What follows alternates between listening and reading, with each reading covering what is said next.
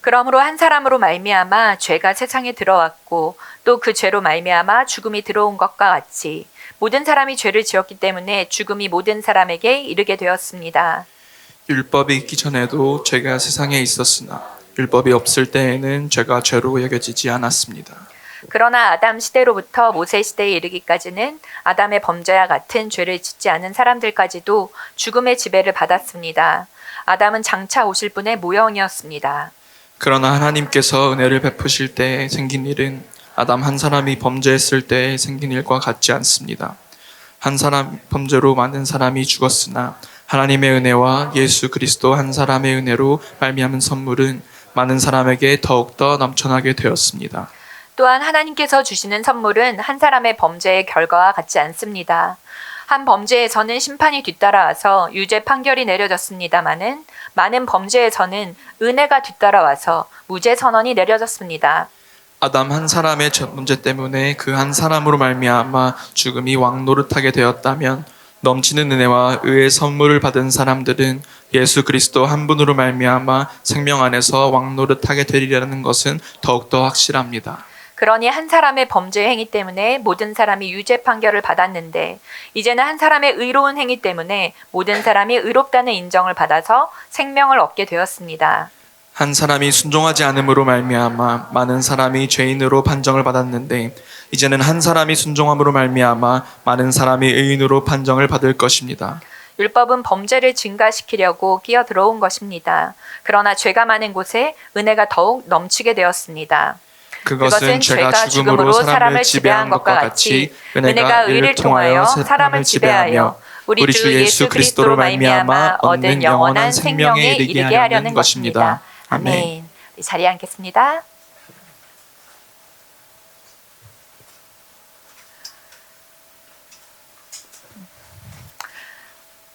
자, 오늘 라이트하우스 홍대 11시 예배 오신 분들을 진심으로 환영합니다. 저는 라이트하우스 홍대 담임 목사인 노원경 목사입니다. 반갑습니다. 오늘 말씀 제목은 한 사람이라는 제목으로 말씀 선포하도록 하겠습니다. 네, 예수 그리스도를 믿는 모든 이들에게 구원이 임합니다. 아멘. 자, 이것이 우리의 믿음의 고백입니다. 아마 처음 믿을 때, 그리고 믿은 지 얼마 안 됐을 때, 그냥 친구 따라서 교회 한번 와봤을 때, 그때 이런 생각을 해보신 분들 아마 여기에 계실 것입니다. 2000년 전에 팔레스타인 지방에 예수라는 사람이 십자가에서 죽었다? 근데 그게 나랑 무슨 상관이 있습니까? 라는 궁금증을 가지신 분들 혹시 이 자리에 계실 수 있습니다. 로마서는 바로 이 복음과 나의 연관성을 말해주는 그러한 성경책입니다. 우리 모두가 수긍할 수 있는 진리를 제가 3가지를 한번 말해보겠습니다. 첫 번째는 사람은 누구나 병에 듭니다. 그쵸? 두 번째, 사람은 누구나 늙습니다. 자, 세 번째, 사람은 누구나 죽습니다. 자, 고개 끄덕끄덕 하시나요? 네. 여기에서 피해갈 수 있는 사람은 한 사람도 없습니다. 또 하나를 더 얘기를 한다면 사람은 누구나 죄인입니다. 병이 들고 또 늙고 죽는 것 사실 죄 때문입니다. 그렇다면 이 죄는 어디에서부터 시작이 되었을까요? 자, 우리 같이 창세기로 가봅시다. 하나님께서 세상을 창조하셨습니다. 6일 동안 세상을 만드시고 그리고 맨 마지막에 사람을 만드셨습니다. 그 모든 것을 다스리고 누리라고 사람을 마지막에 만드셨죠. 하나님의 형상대로 하나님께서 창조하셨습니다. 사람을 창조하셨습니다. 남자와 여자로 창조하셨습니다. 이들이 최초의 사람 아담과 하와입니다.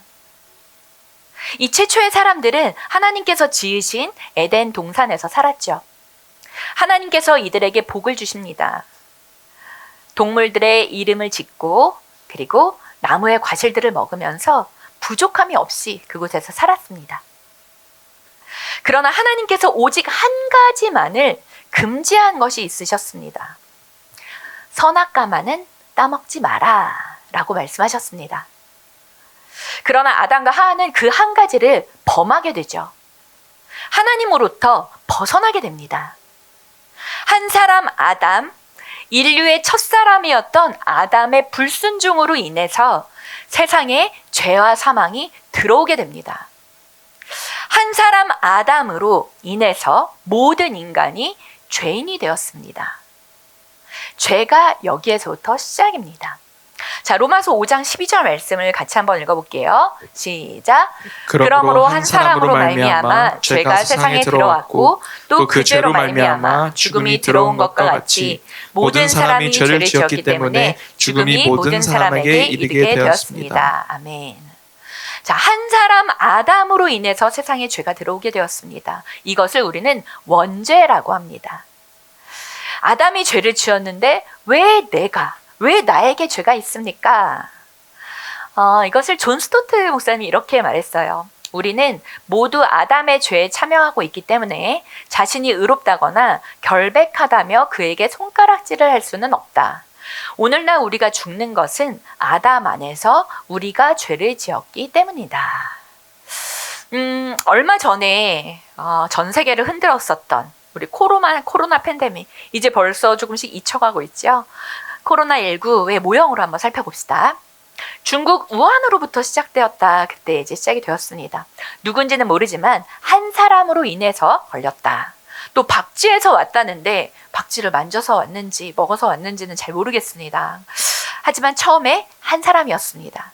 그러나 이렇게 시작이 되어서 강력한 전파력으로 온 인류가 생존의 문제까지 연결되어 퍼지게 되었습니다. 중국의 우한에 사는 그 한 사람과 내가 무슨 상관이 있겠습니까? 어떤 책임입니까? 물론 나한테 책임이 있는 것이 아닙니다. 그러나 나의 여와 상관이 없이 전 인류에 퍼지게 되었습니다. 내 책임은 아닙니다. 그러나 아담이 퍼뜨린 원죄로 말미암아서 우리에게도 죄가 있다. 죄의 종류를 생각한다면 이러한 원죄가 있습니다. 죄의 본성, 원죄가 있고요. 그리고 우리 스스로가 짓게 되는 자범죄가 있습니다. 13절에 율법이 있기 전에도 죄가 세상에 있었으나 율법이 없을 때에는 죄가 죄로 여겨지지 않았습니다. 자, 죄는 계속적으로 있었습니다. 그러나 우리가 진단 키트로 검사를 하기 전에는 이것이 확진인지 아닌지 분명하게 알 수는 없습니다. PCR 검사를 했었죠. 그러면 정확히 진단하게 됩니다. 이것이 바로 율법의 역할입니다. 율법은 죄인지 아닌지를 분명하게 해줍니다. 그렇기 때문에 우리 안에 말씀의 기준이 세워진다면 이것이 죄인지 아닌지 우리가 분별할 수 있습니다. 그러나 말씀이 우리 안에 없으면, 말씀의 창고에 비어 있다면 죄에 대해서 무지하거나 혹은 무분별하게 됩니다. 그렇기 때문에 우리가 말씀을 더욱 가까이 하자라고 하는 것이죠. 로마서 5장 14절 말씀 같이 읽겠습니다. 14절 시작. 그러나 아담 시대로부터 모세 시대에 이르기까지는 아담의 범죄와 같은 죄를 짓지 않은 사람들까지도 죽음의 지배를 받았습니다. 아담은 장차 오실 분의 모형이었습니다. 아멘. 자, 이것을 모형론이라고 하고 또 대표론이라고 합니다. 이것을 타이폴로지라고 합니다. 아는 것으로 원형을 설명해 주시는 방식입니다. 자, 그러면 첫 번째 아담, 그리고 두 번째 아담이신 예수 그리스도를 모형으로 보여줍니다. 자, 아담은 단지 개인 한 사람만이 아니라 온 인류의 대표가 됩니다. 우리 축구 이야기를 한번 해볼까요? 대한민국의 국가대표팀이 있죠. 11명의 축구 선수들이 대표입니다. 이들이 뛰는데 대한민국 전체가 들썩거립니다. 2002년 월드컵 때, 여기는 그때 아직 안 태어나신 분들도 있어서 모르실 수도 있지만 대부분은 아마 그때를 경험하셨거나 들으신 적이 있을 것입니다. 그때 온 나라가 정말 난리도 아니었습니다. 광화문관저에 다 모이고 집 밖으로 다 튀어나가서 함께 응원하고 차 위에도 올라가고, 지금 생각해도 그런 적이 있었나? 그런 시절이 있었습니다. 대표팀이 뛰지만 전 국민이 환호하고 그리고 격동했습니다. 세계 2차 대전의 종식 때에 일본의 히로시마 나가사키의 핵폭탄, 원자폭탄이 투하가 됩니다. 그리고 그 이후에 미국의 전함이었던 미주리호의 선상에서 일본 제국의 대표였던 시게미츠 마모루가 항복 사인을 그곳에서 하게 됩니다. 이로써 전쟁이 종식되게 됩니다. 자, 국가대표 축구팀도 그리고 종전의 사인도 모두 국가를 대표하는 대표성의 원리가 작동되는 것입니다. 첫사람인 아담의 죄로 인해서 모든 인류가 죄인이 되었습니다. 이 원죄는 우리의 죄의 본성입니다. 이 죄성이 우리 안에 모두 있습니다. 자, 우리 아기들을 봐도 알 수 있습니다. 아이들에게 욕심을 가르치지 않습니다. 이기심을 가르치지 않습니다. 근데 우리 아기들 보면 악착같이 자기 거 먼저 챙깁니다. 욕심 부립니다. 너 것도 내가 가져가려고 합니다. 그리고 아이들에게 거짓을 가르치지 않습니다. 근데 어느 순간 거짓말을 말하고 피하고 숨습니다. 죄를 지어 죄인인 것이 아니라 죄인이기 때문에 죄를 짓게 됩니다. 이것이 죄의 본성입니다. 이 뗄래야 뗄 수 없는 죄의 관계, 이 죄의 문제로 인해서 하나님께서는 극단의 조치를 취하십니다. 바로 아들이신 예수 그리스도를 이 땅에 보내십니다. 한 사람 예수 그리스도로 인하여 구원이 시작이 됩니다. 자, 15절 말씀 우리 같이 한번 읽어볼게요. 15절 시작. 그러나 하나님께서 은혜를 베푸실 때 생긴 일은 아담 한 사람이 범죄했을 때 생긴 일과 같지 않습니다. 한 사람의 범죄로 많은 사람이 죽었으나 하나님의 은혜와 예수 그리스도 한 사람의 은혜로 말미암은 선물은 많은 사람에게 더욱더 넘쳐나게 되었습니다. 아멘. 자, 이 선물은 바로 구원입니다. 모든 인류가 한 사람 예수 그리스도로 말미암아 예수님의 십자가 공로로 말미암아 모두가 생명을 얻게 되었습니다. 이것이 바로 구원입니다. 우리의 죄를 씻는 유일한 능력은 예수 그리스도의 십자가 보혈의 능력 외에는 다른 구원의 길이 없습니다. 어떻게 하면 구원을 얻습니까? 믿으면 됩니다. 바라보면 됩니다. 이것이 하나님께서 우리에게 구원의 방법으로 주신 유일한 길입니다. 요한복음 3장 14, 15절 말씀을 제가 읽겠습니다. 모세가 광야에서 뱀을 든 것 같이 인자도 들려야 한다. 그것은 그를 믿는 사람마다 영생을 얻게 하려는 것이다. 아멘. 자, 이스라엘 백성이 광야에서 하나님과 모세에게 저항을 합니다. 원망을 하고 불평을 하게 되죠. 그때 불뱀들을 보내서 많은 이스라엘 백성들이 죽게 됩니다.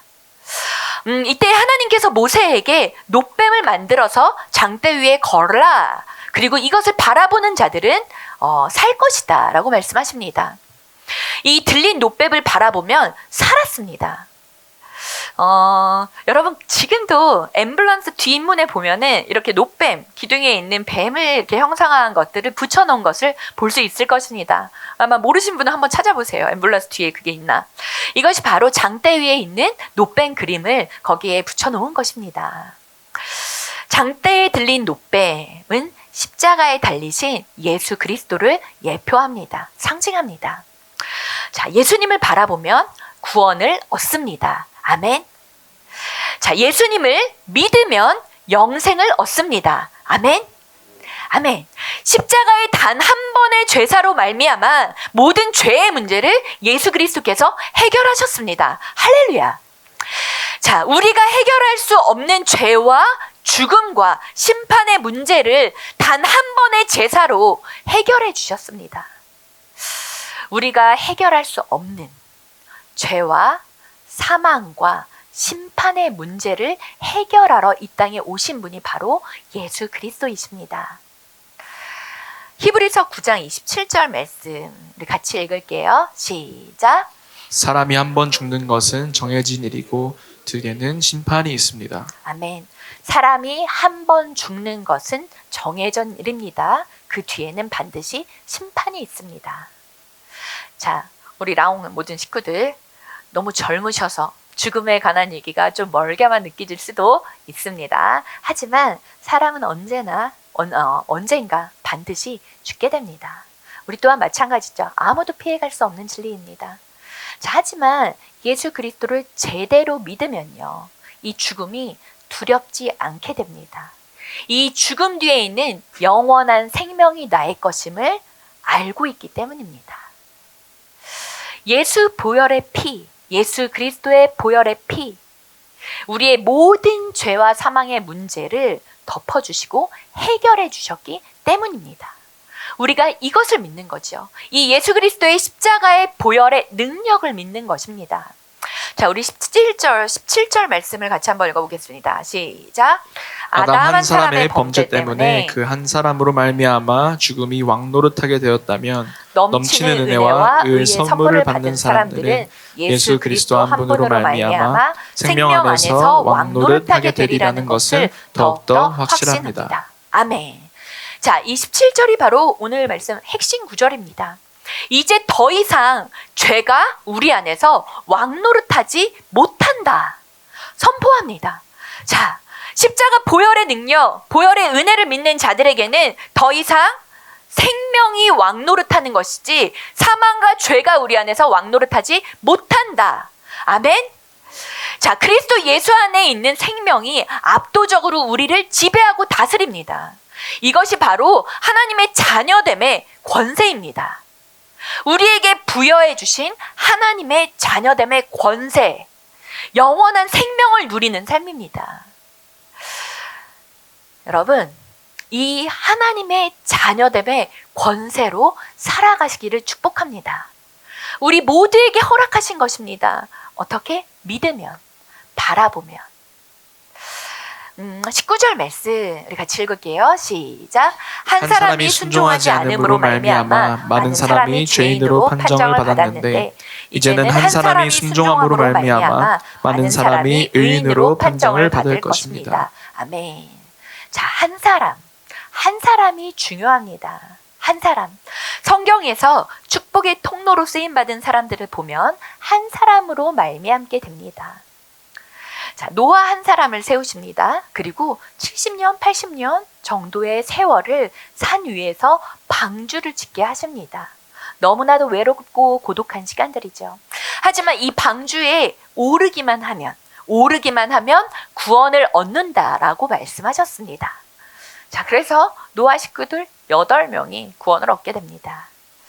자, 아브라함 한 사람을 주님께서 불러내셨습니다. 창세기 12장 2절 말씀에 내가 너로 큰 민족이 되게 하고 너에게 복을 주어서 내가 크게 이름을 떨치게 하겠다. 너는 복의 근원이 될 것이다. 자, 복이 되리라 말씀하십니다. 너로 말미암아 모두가 복을 받을 것이다. 아멘.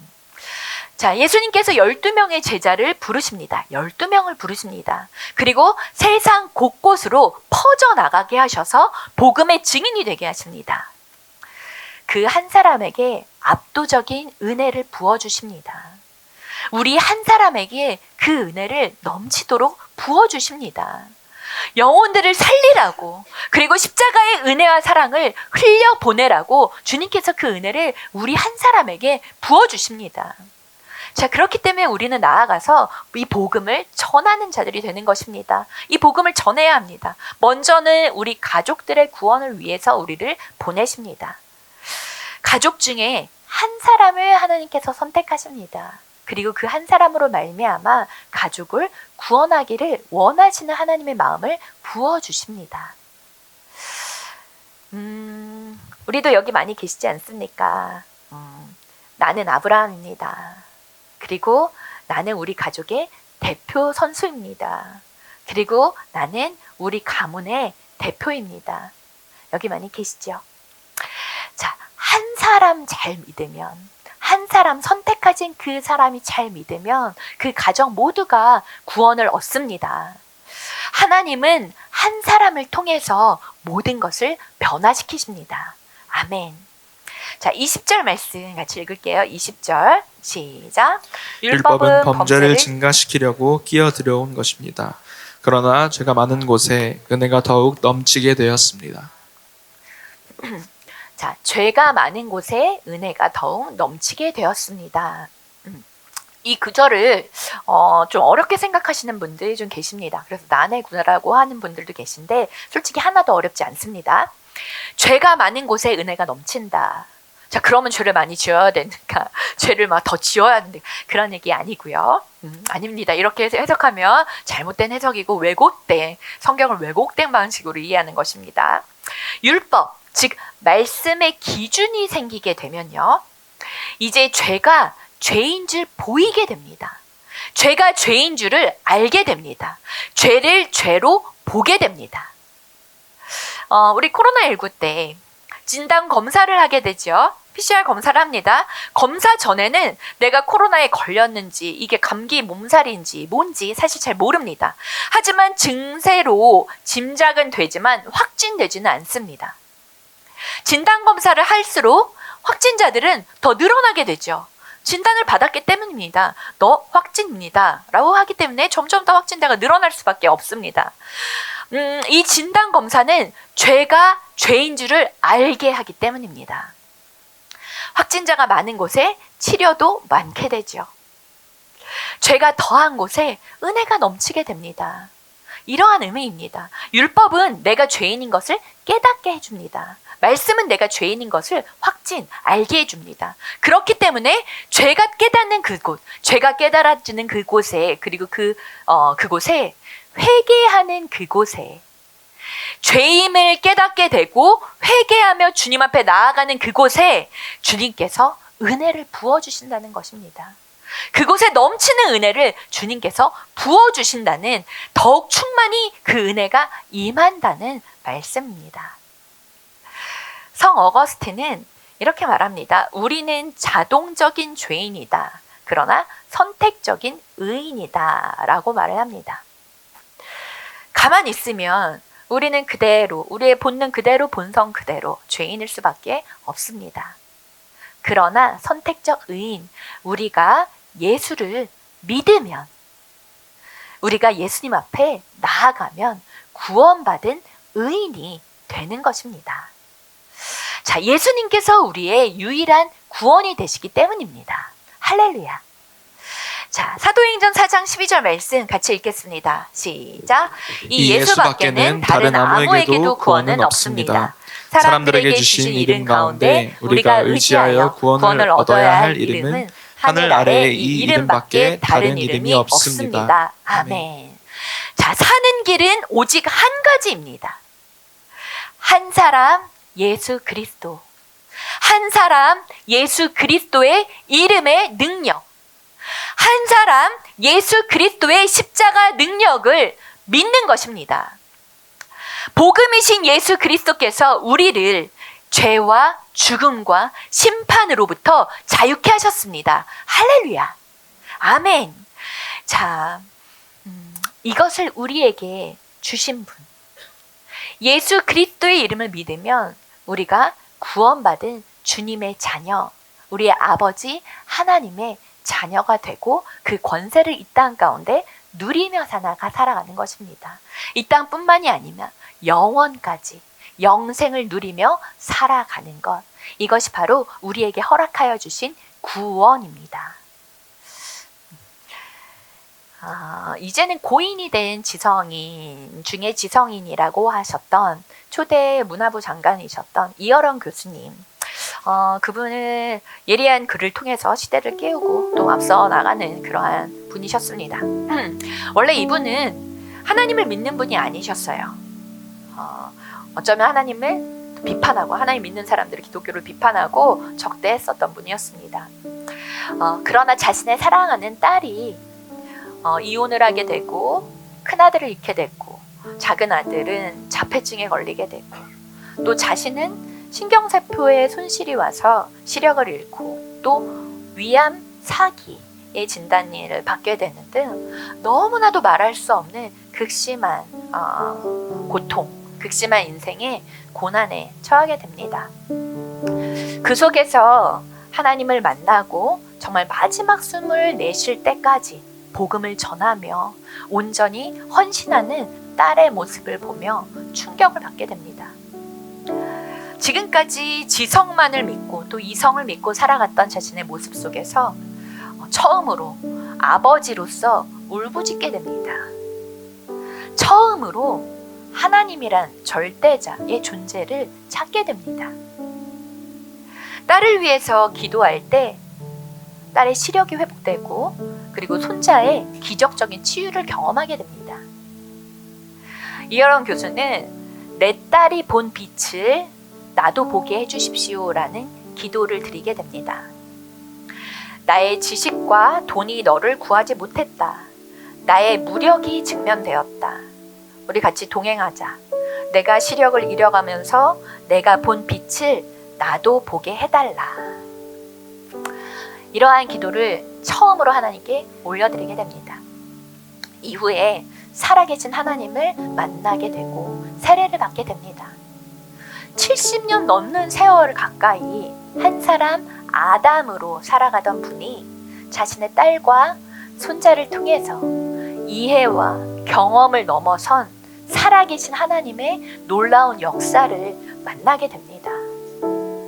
한 사람 예수 앞에 굴복합니다.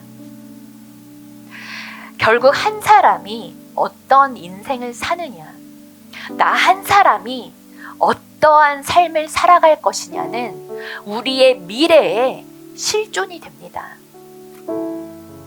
고난 중에서도 거룩한 하나님의 사람으로 살아가기를, 나를 통해서 우리 가족뿐만이 아니라 자손 대대로 믿음의 가문을 이뤄가기를 원하는, 그리고 우리의 주변을 나에게 맡기신 영혼들, 나에게 관계하게 하신 만남들, 그들을 그리스도의 사랑으로 물들여 가기를, 한 사람 예수 그리스도의 구원과 축복의 통로로 살아가는, 그리고 주님 앞에 귀하게 쓰임받는 우리 라이트하우스 홍대 공동체 되기를, 그리고 여기에 계신 모든 예배자들 되시기를 주님의 이름으로 축복합니다.